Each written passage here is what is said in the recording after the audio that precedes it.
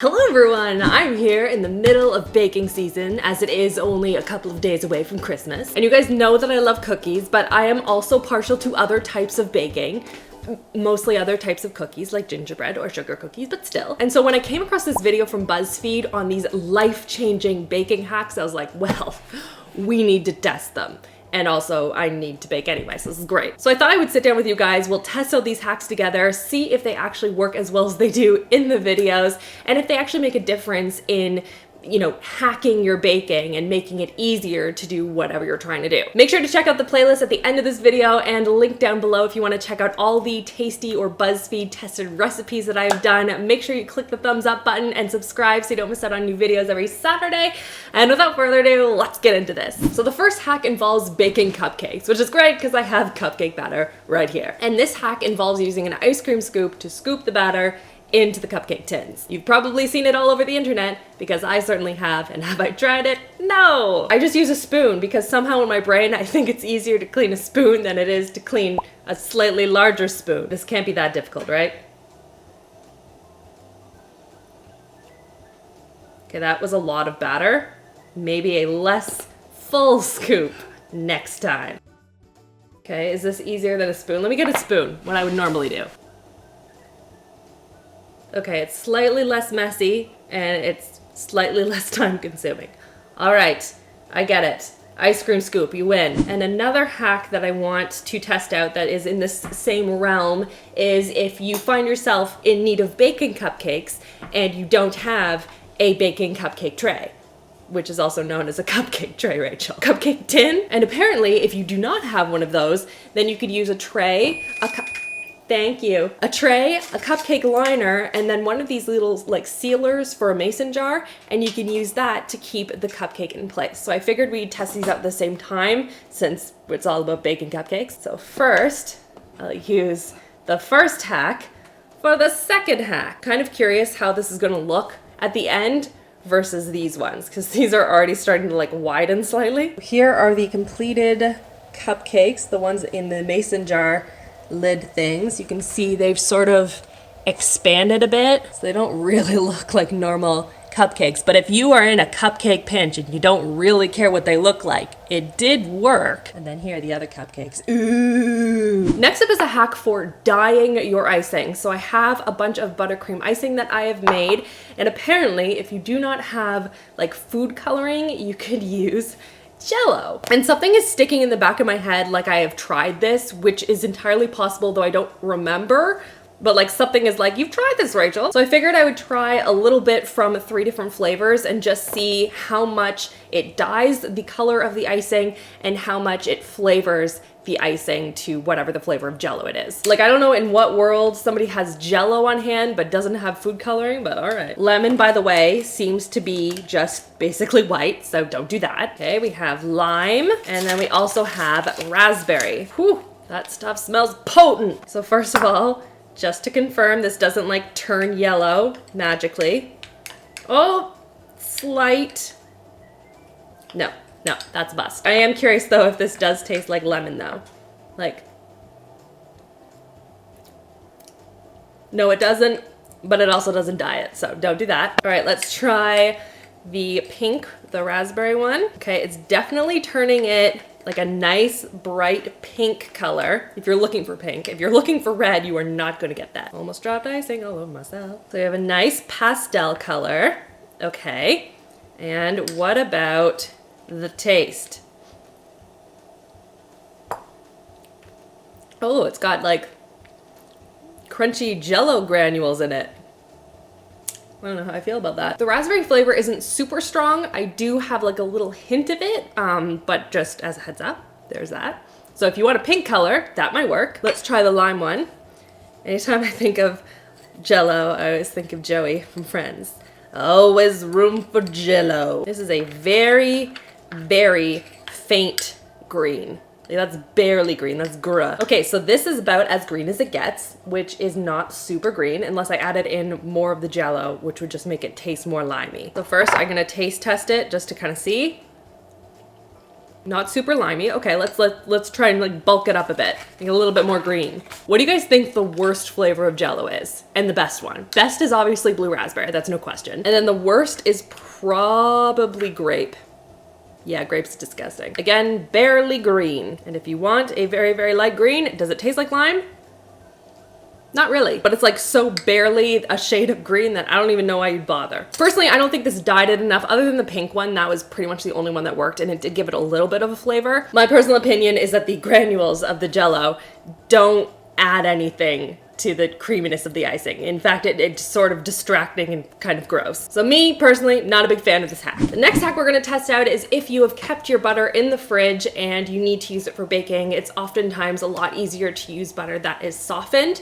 So the trick is to take a mug that is warmed, hence why there is steaming hot water out of it. But you drain out all this water, you put a stick of butter underneath the mug and you let it sit there for like a minute or two, and it's gonna soften the butter without melting it, which would happen in the microwave. So since I didn't have any sticks of butter, I just have those giant, huge like 2-cup things, I made my own. Don't judge my lack of cutting skills. It's solid. You can see it just came out of the fridge. And I'm gonna take, yep, this is nice and hot. I'm gonna dump out all the water. I'm gonna put my butter here. I'm gonna take my mug that no longer has any water in it. I'm gonna put it on top. We're gonna see if it's nice and softened.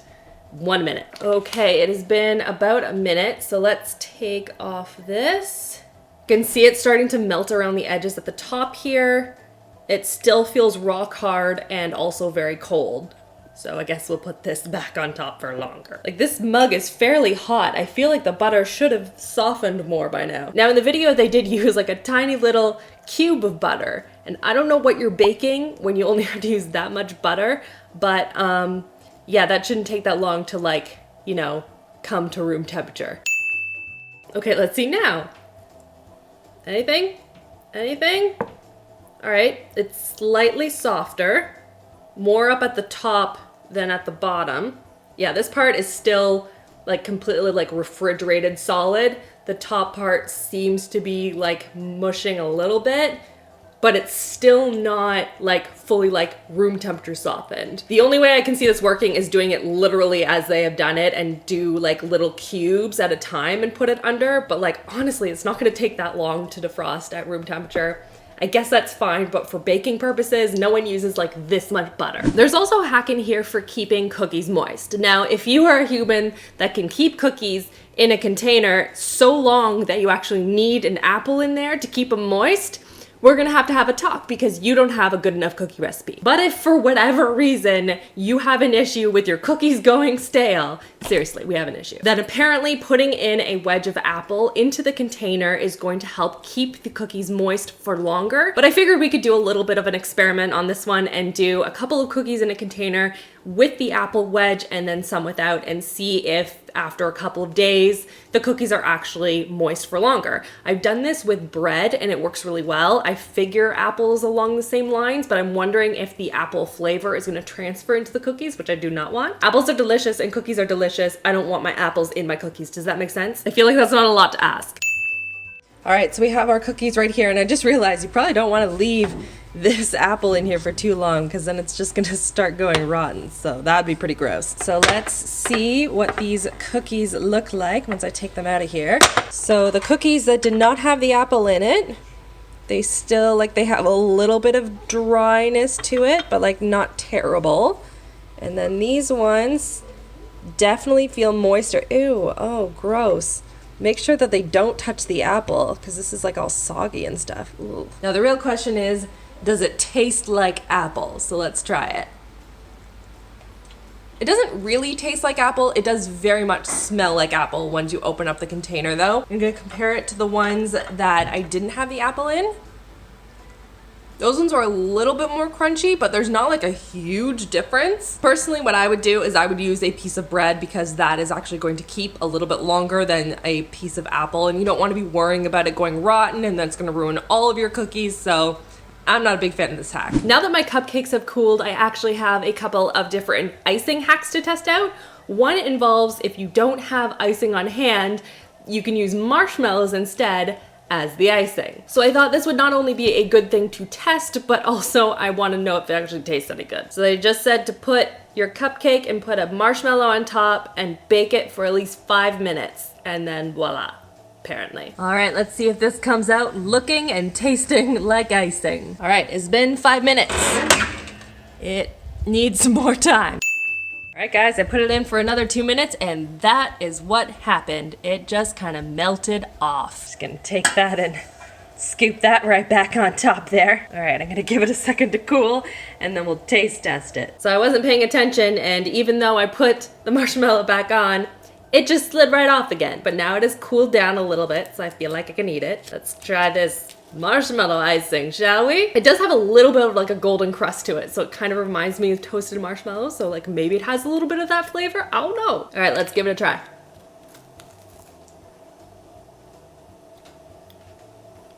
What?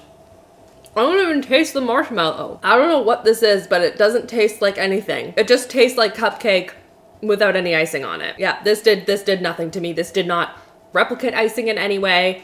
You're basically just eating a bald cupcake. Not a fan of this. And the other icing hack is one I've done before, but I haven't done with this thick of a buttercream before, so I want to see if it's actually going to work. And that involves taking like a little plastic bag, cutting a hole in one of the bottom pieces, and using that to pipe the icing onto a cupcake. Usually my icings just aren't thick enough, so because I have like a nice thick buttercream right now, I want to try it and see if it's actually going to hold up to the weight of it, if that makes sense, or if it's just gonna stretch out and be useless and I'm just gonna have like a blob of icing on it. We're gonna use my fun looking mason jar cupcakes. We'll get some icing in here. Get in there. And I'm just gonna snip a small hole at the bottom here. I'll start really small and then we'll work our way up. And let's see if this works.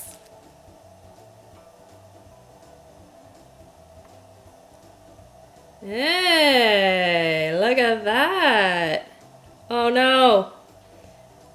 My icing skills aren't great, but this is so far working really well. Who wants a really poorly iced cupcake? Okay, I can probably make that hole a little bit bigger, or I could use it on a smaller sized cupcake, but like it isn't stretching the hole at all. It's keeping its shape. I think you also have to find the right plastic bag because some of them are cheaper and they break. Honestly, every video, it's like, how many times can Rachel be interrupted by the timer? But I feel like some plastic bags, they tend to just be thinner and they stretch easier and they break. So get the Ziploc ones seem to work really well. But yeah, just as a heads up. Okay, let's make the hole a little bit bigger. Yeah, that's much better. I don't have enough icing in here though. Look at that. Someone needs to hire me for my artistry. But you know what? It's a cupcake. I'm gonna eat it. Still tastes really good. I'm gonna test out getting an eggshell out of a bowl of eggs. So you know if you crack an egg in there and you get like this tiny little piece of eggshell, it's super annoying to try and get out. But apparently if you wet a finger first and then try and like grab onto the eggshell, it'll completely get it out with no problem. So let's see if that's the case. Now the trick to get an actual egg shell in there. Oh, come on. This is usually not an issue. Should be able to get it in no problem. All right, so now there's a little bit of eggshell there and there's also a little one down there at the bottom. I wanted to see if there was gonna be a difference. So I'm going to put some water on my finger and then let's try this one first. Oh, this is so disgusting. I did get it. I don't know if that was the water though. And then there's a little hidden one down here. So I'm going to try without any water on my hand first. And that was almost easy. Hold on. Okay, let's try it with the water on.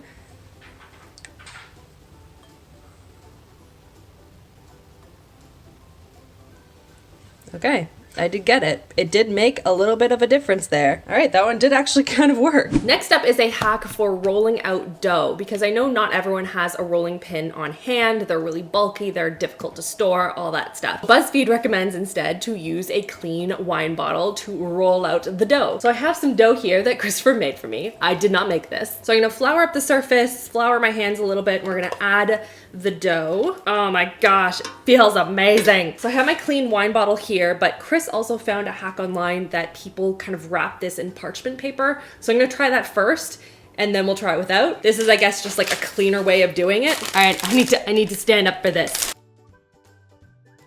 I don't like it at all with the parchment paper unless you like taped it around or something, because otherwise you're just basically like pushing the dough out. It's not super great so far. Okay, let's try it with just the wine bottle. I feel like I need to like flour up my wine bottle here. Like it's working, especially because this part right here like moves around. So that's more helpful because then I don't, like, I can move this part, but not this part. It feels like a rolling pin more, but you have to like make sure you continually flour it. Yeah, like this seems to work well. I mean, if you're going to continue to roll out dough a lot, like I would just buy a rolling pin, but if you need one like in a pinch, this actually worked like not too bad. The next hack involves leftover cookie dough, if such thing actually exists for you, and involves taking said leftover dough and freezing it so it can be utilized again. And usually what I do is I just kind of form it into a log and then I'll cut off as many as I need. But they suggest taking it and putting it into ice cube trays and using that and then popping those out and using those as your individual cookies. So I thought I would test that out, see what they look like, see how easy they are to pop out of the containers and what they look like when you actually bake them up. All right, let's freeze these up and see what happens. Okay, so we have a couple of them out of their tray here and they're on a baking sheet. And the one thing I will say, if this does work, I would spray these down first with like a baking kind of spray or something, or butter them or something, because they were a little bit difficult to get out.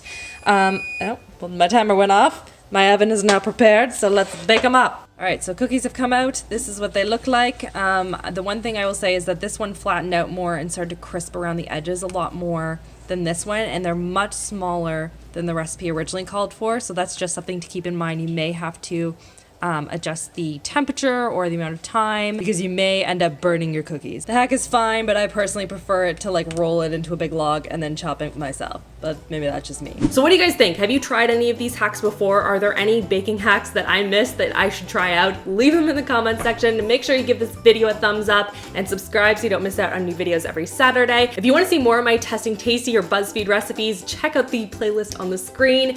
Thank you so much for watching, guys. I hope you're having a wonderful Saturday and I'll see you all in my next video. Love you all. Mwah.